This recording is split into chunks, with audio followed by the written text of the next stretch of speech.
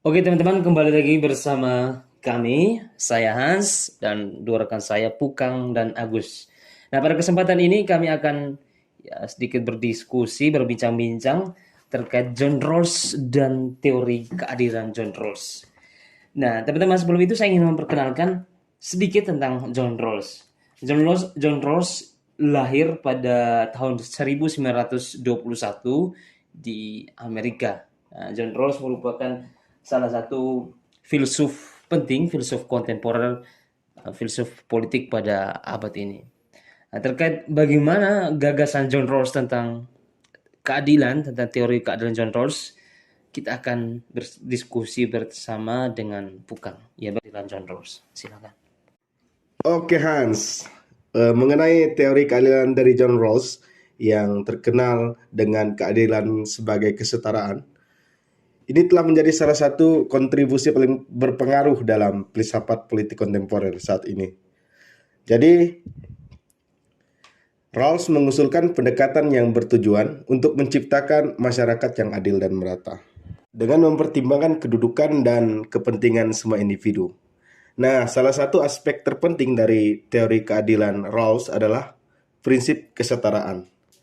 Menurutnya, setiap orang harus mempunyai akses yang sama terhadap hak-hak dasar, termasuk hak atas kebebasan, keadilan, dan kesempatan.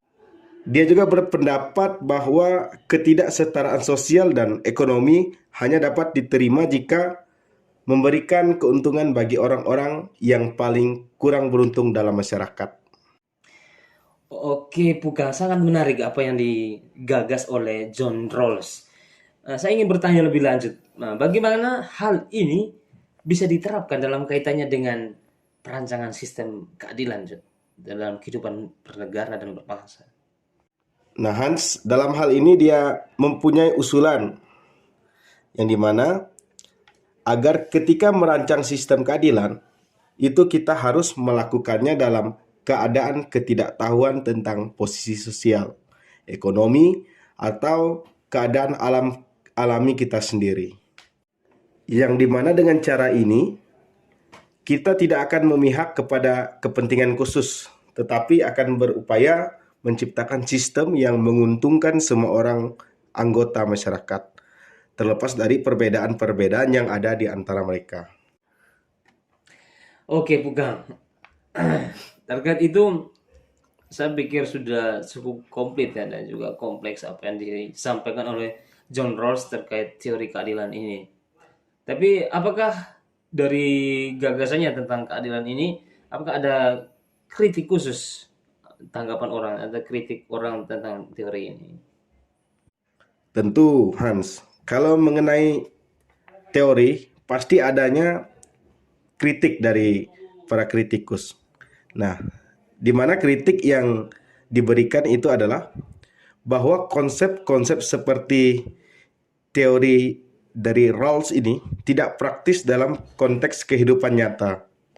Selain itu juga ada pertanyaan tentang sejauh mana teori ini dapat diterapkan dalam masyarakat, dan juga beberapa berpendapat bahwa teori Rawls terlalu idealis dan tidak mempertimbangkan dinamika kehidupan dan ketidakadilan struktur yang ada dalam masyarakat. Nah, meskipun demikian, ada beberapa kritik dari orang-orang, teori keadilan John Rawls ini tetap menjadi kontribusi besar dan paling penting dalam pemikiran politik dan filsafat. Oke, Bukang, dengan penjelasan saudara tadi saya bisa memahami bahwa memang pada intinya itu melalui teori yang digagas oleh John Rawls ini mendorong kita untuk mempertimbangkan dan merancang sistem keadilan yang lebih inklusif dan adil tentunya bagi semua anggota masyarakat. Begitu bukan, Bukang? Ya, tentu. Oke. Oke Hans, setelah saya menjelaskan mengenai teori John Rawls ini, bagaimana pendapat Hans mengenai penerapannya dalam konteks Indonesia? Oke, Bukang. Sangat menarik apa yang kamu jelaskan tadi terkait teori keadilan dari John Rawls. Dan saya pikir penting untuk melihat teori ini dalam penerapannya dalam konteks Indonesia. Nah, ketika menerapkan teori keadilan John Rawls pada konteks Indonesia, perlu diperhatikan ada beberapa aspek penting. Nah, sebagai negara yang kompleks dan beragam, Indonesia menghadapi tantangan yang unik dalam mencapai keadilan sosial dan ekonomi bagi semua masyarakat. Nah, pertama, prinsip kesetaraan dasar dalam teori John Rawls menggarisbawahi pentingnya memberikan akses yang sama terhadap hak-hak dasar bagi semua individu.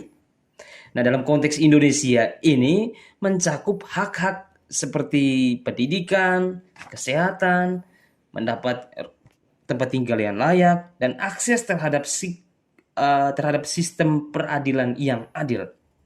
Nah, namun masih ada kesenjangan yang signifikan dalam akses terhadap hak-hak ini di antara berbagai kelompok masyarakat, terutama di daerah pedalaman, perkotaan miskin, dan wilayah terpencil. Terkait hal ini kita bisa lihat sendiri situasi Indonesia saat ini. Nah, kedua, prinsip perbedaan dalam teori Rawls menekankan bahwa ketidaksetaraan dapat diterima jika mereka memberikan manfaat kepada yang paling rentan dalam masyarakat. Nah, dalam konteks Indonesia, hal ini mencerminkan pentingnya kebijakan redistribusi yang adil untuk mengurangi kesenjangan ekonomi dan sosial. Maka upaya pemerintah dalam mengimplementasikan program-program inklusif seperti bantuan sosial, subsidi pendidikan, dan program pemberdayaan ekonomi merupakan langkah-langkah yang sejalan dengan prinsip tersebut. Begitu bukan yang mungkin saya pikir penting dalam penerapan di Indonesia.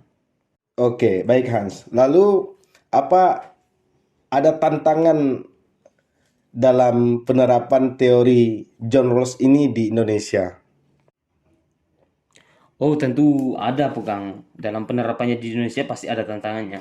Nah, masih ada banyak tantangan yang memang yang dihadapi dalam menerapkan teori keadilan Rawls ini di Indonesia. Nah, beberapa kritik terhadap teori ini seperti tadi sudah dijelaskan oleh Pukang, memang sulit untuk diimplementasikan, juga berlaku di konteks Indonesia ya tentunya. Nah, selain itu, tantangan struktural seperti yang sering kali terjadi dan mungkin masyarakat Indonesia sudah muak dengan masalah ini.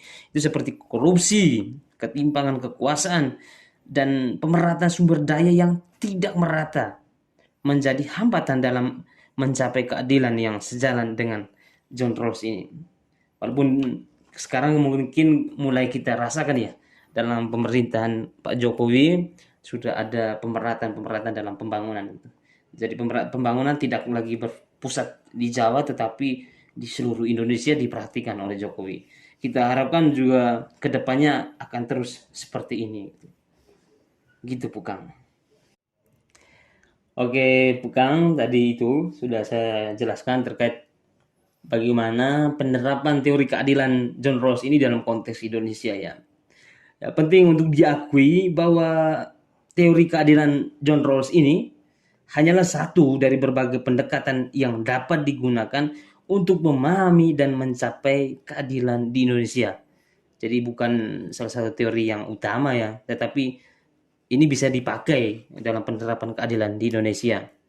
Nah, dalam konteks sosial, budaya, dan politik yang unik, memerlukan penyesuaian dan pendekatan yang tentunya juga harus sesuai. Nah, bagaimanapun, teori keadilan John Rawls tetap memberikan kerangka berpikir yang berguna dalam mengejar tujuan kesetaraan, keadilan, dan inklusivitas dalam masyarakat Indonesia. Dan pada akhirnya kita juga mengharapkan bahwa melalui teori keadilan John Rawls dan juga dipadukan dengan apa yang termaktub dalam Pancasila yaitu keadilan sosial bagi seluruh rakyat Indonesia. Di dalam konteks Indonesia juga terbentuk sistem peradilan yang adil tentunya dan tidak ada kesenjangan yang terjadi di dalam masyarakat.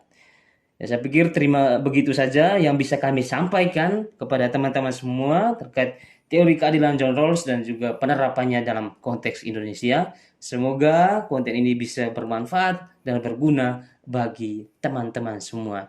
Salam sehat dari kami semua dan salam sejahtera untuk kita semua.